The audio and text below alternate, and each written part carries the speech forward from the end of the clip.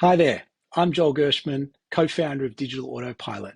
I'm excited to share this video with you. This is a segment taken from our e-commerce growth engine course on how to drive more traffic, conversions, and profit from your e-commerce business.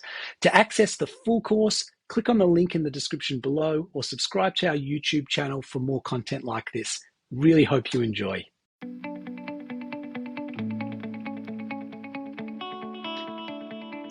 Hi, and welcome to Module 1.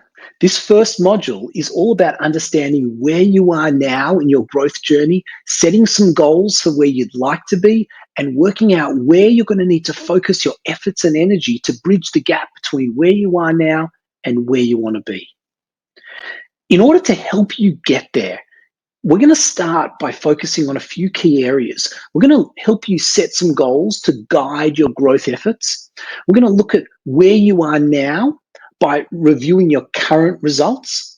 And last of all, that's going to help us determine your realistic growth potential and enable us to work out exactly where to focus your energies in order to achieve your goals. The very first step on your growth journey, though, is goal setting. Goals are the specific measurable results that you aim to achieve in your business. By way of analogy, consider flight pilots. They start with a high-level goal. For example, to arrive at a particular destination by a designated time. But they don't just begin flying and hope for the best. Despite significant flight training, pilots have a complex computer system located on the cockpit's dashboard to objectively track the plane's performance at any point in time, right? And the system focuses on a few key indicators, like its altitude, flight path, G-force, speed, and so on. And each of these indicators has an optimal level, a goal, if you like, to aim for. That helps them assess how the plane is performing, and if any of the indicators move too far from the optimum state, a warning is given, enabling the pilot to correct it immediately or seek help. Goals are your version of the pilot's dashboard indicators, and they're just as critical for a business as they are for a plane. Why? First of all, goals help you assess and improve your performance. In a similar way to pilots, goals provide benchmarks against which you can assess the performance of your business as it progresses along its growth path. When you can see clearly and objectively how you're performing compared to a goal, you're much more likely to achieve that goal. Of course, that shouldn't be surprising, right? Imagine an archer, to use a different analogy, never saw where their arrow landed. It would be almost impossible to improve over time. Without some way of measuring the success of their attempts, how could they ever know how to correct their approach for the next time? But goals also serve a psychological purpose. They provide specific, tangible benchmarks for you to achieve, creating the ongoing focus and motivation to push through challenges, continually calling forth your energy and commitment. And that's why the most effective business owners set goals like yearly revenue or profit goals or an ideal customer satisfaction score or a cash flow budget or a production quality standards. And then they track their progress against those goals to ensure they're on track. Effective goals have three critical components. Number one are what are called key result areas or KRAs. These are the key areas of your business that you'll need to focus on to move from your current state to your long-term goals. Next up, number two, are what are called key performance indicators or KPIs. They're all about how you'll measure performance for each key result area. And finally, you've got targets. Targets are the specific level of performance expected for each KPI. Let's look at each of these in detail and make it practical for you. So we said that goals help to measure and improve performance, but performance in which areas? To answer that question, you'll first need to define your KRAs, your key result areas, right? These are the key areas of your business that you need to focus on to move from your current state to your long-term goals. If you don't make deliberate strategic decisions about where to focus your efforts, you'll end up with random goals that might not drive the results you're after. And a business can have a number of different KRAs. And you'll see in the table here, there are some common examples. Let's run through them briefly. So when business owners think about which areas of their business that they want to focus on, often the first area that comes to mind is growth via sales and marketing. And that's, of course, an important goal because it ultimately leads to more revenue. And that's one of the primary goals that we're going to be focusing on in this course. But it's not enough to merely generate revenue, right? You also want profit, and you might want consistent cash flow in order to stay afloat. And for that, you're going to need effective financial management. So that is an area that we're also going to be exploring together in this program.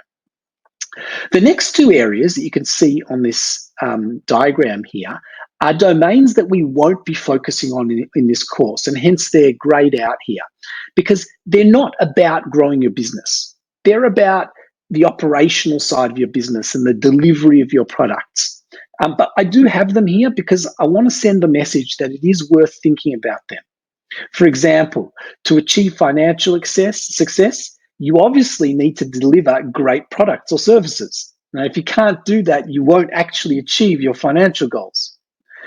And finally, to deliver great products or services and thereby achieve your financial and growth goals, you'll also need your back-end people and systems to be working smoothly and efficiently. Again, those last two areas are there for completeness because they are important for your business, but we won't be focusing on them in this course. Once you've identified your KRAs, the next step is to decide how you're going to measure performance for each area. That is your KPIs, your key performance indicators. For example, if one KRA is growth, then your yearly revenue is a common way to measure that growth. It's not the only way, but it's probably the easiest way to track and the most common way of measuring it. Alternatively, if your KRA is financial management, then yearly profit is a common way of measuring that, as you can see in the table. KPIs tell you how to measure performance, but they don't tell you the exact level of performance expected. And that's why you'll need specific, tangible, time-based targets for each KPI. So for example, if yearly revenue is your KPI, then your target might be $5 million of revenue within 5 years. All right.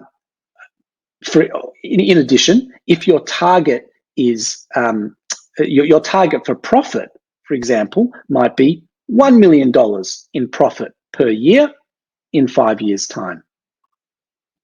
Now, it's critical to set both short-term and long-term goals. That way, if you haven't reached your short-term objectives, you'll be able to take corrective action to get back on track towards your longer-term goals. And that's why we're going to suggest that you set 5-year targets and 1-year targets. And you can see here in the example, for yearly revenue, your 5-year target could be $5 million per year in revenue, and your 1-year target could be achieving a $1 million revenue benchmark in 1 year's time. All right? And same with profit. You can see there your 5-year profit target might be achieving $1 million of profit per year in 5 years and $250K within the first year. One final point. In a moment, you're going to be setting your own targets. And as you do so, it's important to keep in mind that your targets should be both challenging and achievable. Accomplishing the target should require significant effort, yet you should also expect that you can in fact accomplish it. Otherwise, you risk demoralizing yourself and your people as you consistently fall short of your goals. Now that you understand the components of effective goal setting, it's time to set them for your business. There are 3 basic steps which you can record in your e-commerce growth plan template.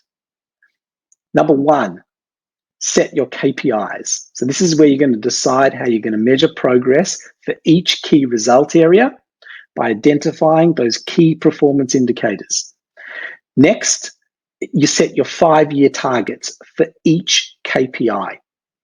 Right? What do you want to achieve in 5 years' time? And then finally, for each KPI, set a target for the coming year, ideally one that will set you on your path towards your 5-year targets. A final word. Some people find this task of setting goals easy.